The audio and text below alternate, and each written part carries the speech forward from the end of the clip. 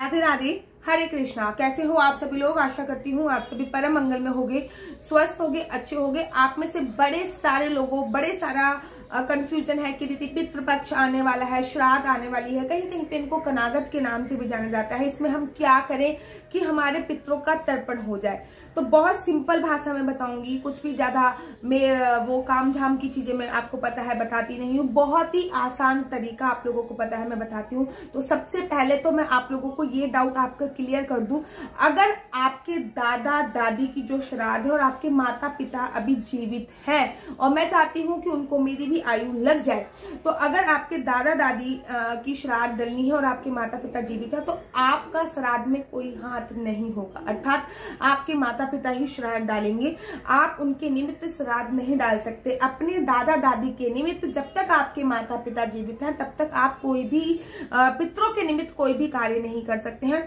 आप अपने पहले आपके माता पिता करेंगे, फिर आपके अगर भैया भाभी हैं बड़े तो फिर वो करेंगे, उसके बाद आपका नंबर आता है। अगर आपके भैया भाभी नहीं करते हैं और माता पिता भी नहीं है तो आप करेंगे, तब आपके पितर आपके पास आते हैं। तो जब पितृपक्ष में पितरों का द्वार खुलता है और वो पृथ्वी लोक पर वायु के रूप में आते हैं और पृथ्वी लोक पर आने के तत्पश्चात वो लोग हर अपने अपने घर के बाहर वायु के रूप में खड़े होते हैं और ये सोचते हैं कि हमारे जो बेटे हैं, हमारे बेटे हैं वो हमारे लिए भी कुछ करेंगे, हमारे बच्चे हमारे लिए भी कुछ करेंगे। तो सबसे पहले अगर के पूर्वज जो हैं, जो पितृ हैं, जैसे कि दादा दादी हो गए, परदादा दादी हो गए, ठीक है ना, तो अगर आपके माता पिता हैं, अगर आपके माता पिता स्वर्गीय नहीं हुए हैं, आपके माता पिता हैं, तो आपके माता पिता ही श्राद्ध करेंगे। अगर आपके माता पिता नहीं है तो अगर आपके माता पिता नहीं है तो आपके घर में जो बड़े हैं, अगर आप बड़े हैं तो आपका फर्ज बनता है, अगर आप बड़े नहीं हो तो आपके भैया भाभी का ये फर्ज बनता है। अगर वो नहीं करते हैं किसी भी कारणवश तो फिर आपका दायित्व बनता है, क्योंकि पितरों को हम ऐसे तो जाने नहीं दे सकते हैं। तो तब आपको ये पितरों के निमित्त कार्य करने चाहिए। तो पितरों के निमित्त सबसे पहले सुबह सुबह उठकर आपको जो कार्य करना है वो है अपने घर के मुख्य द्वार पर जल अर्पित करना। जल अर्पित अर्थात इसके लिए आपको नहाने की भी जरूरत नहीं है, इसके लिए आपको इनफैक्ट सोच करने की भी जरूरत नहीं है, कोलगेट करने की भी जरूरत नहीं है। सबसे पहले सुबह सुबह आप उठे और सबसे पहले आपने अपने घर का मुख्य द्वार खोला और घर का मुख्य द्वार खोलते के साथ ही अपने घर के मुख्य द्वार पर पानी आपको डालना है। 1 लोटा पानी अवश्य डाल देना है, जो कि पितरों के निमित्त होते हैं, क्योंकि जब श्राद्ध होती है, पितृपक्ष होते हैं, तो पितर जो होते हैं वो हमारे घर के मुख्य द्वार पे खड़े होते हैं और उनको ठंडा ठंडा पानी हम लोग जब डालते हैं तो वो उनकी आत्माएं अंदर से तर्पित हो जाती हैं, वो तर्पित हो जाते हैं और वो कहते हैं कि हमारा बहुत अच्छे से स्वागत किया गया है। अगर आप फ्लैट्स एरिया में रहते हैं तो आप फ्लैट्स की जो चौखट है उसके राइट में और लेफ्ट में जरूर और जरूर ये पानी डालना है। उसके बाद फिर आपको नहाना वगैरह है, जो भी आप नित्य नियम का कार्य करते हैं वो करते हैं और उसके बाद आपको 1 लोटा जल लेना है। पूजा अर्चना वंदना करने के तत्पश्चात आपको 1 लोटा जल में पानी लेना है। उसमें आपको काले तिल, पितरों के निमित्त हमेशा काले तिल का उपयोग होता है, ये बात ध्यान रखिए, और गुड़ थोड़ा सा डाल सकते हैं और या फिर जौ भी डाल सकते हैं। काले तिल ना मिले तो आप जौ का भी उपयोग कर सकते हो, जो भी ना हो तो गुड़ का भी उपयोग कर सकते हो। और तो पूजा करने के बाद आपको दक्षिण दिशा में मुख करके, ठीक है ना, ये नहीं कि सूरज पूरब से निकल रहा है तो मैं पूरब जल चढ़ा रहा हूं, दक्षिण दिशा में मुख करके अपने पितरों के निमित्त तर्पण करना है, अर्थात वो पानी चढ़ाना है, तर्पण करना है। इसको कहते हैं तर्पण करना। अपने पितरों का निमित्त आपने मीठे जल का तर्पण कर दिया। ये कार्य जो मैं आपको अभी वो बता रही हूँ जो आप रोज एवरी डे आपको करने हैं, ठीक है।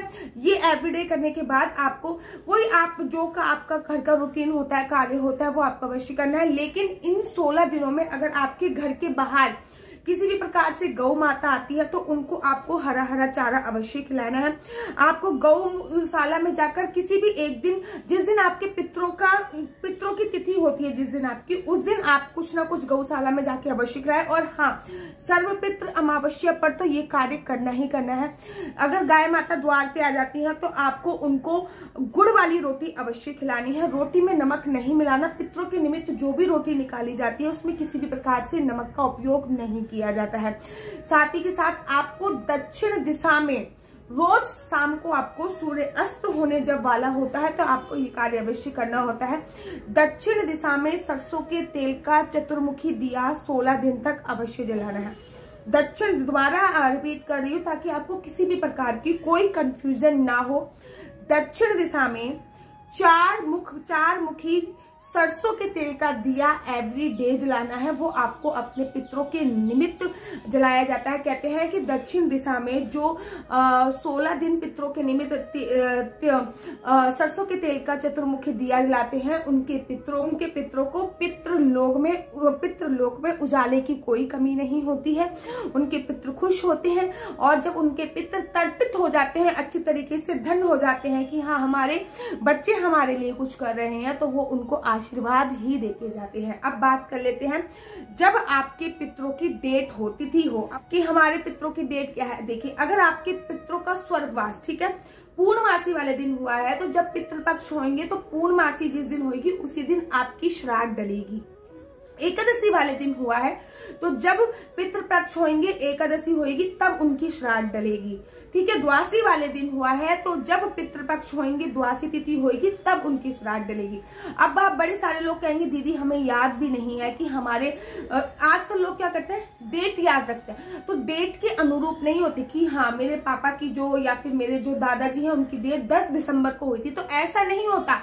10 दिसंबर को अगर आपके दादाजी की डेथ हुई थी, स्वर्गवास हुआ था आपके दादाजी का, तो आपको ये भी देखने की आवश्यकता है कि उस दिन तिथि कौन सी थी। ठीक है, अगर आपको तिथि कंफर्म नहीं है और डेट कंफर्म है तो आप बेसिकली आप गूगल पे जाइए, गूगल पे जाके ये देखिए कि इस डेट को, मान लीजिए 10 दिसंबर को आपके किसी दादाजी की डेथ हुई है, परदादा की डेथ हुई है, तो 10 दिसंबर 2000 इसको या फिर जब भी जोन सा भी सन हो, कौन सी तिथि थी, जिस तिथि पर उनका स्वर्गवास होता है, एकादशी, द्वादशी, 83, 84, तो जिस तिथि पर स्वर्गवास हो उसी दिन उनकी तिथि मनाई जाती है, उसी दिन उनकी कागौर डाली जाती है, जिसको कागौर बोलते हैं।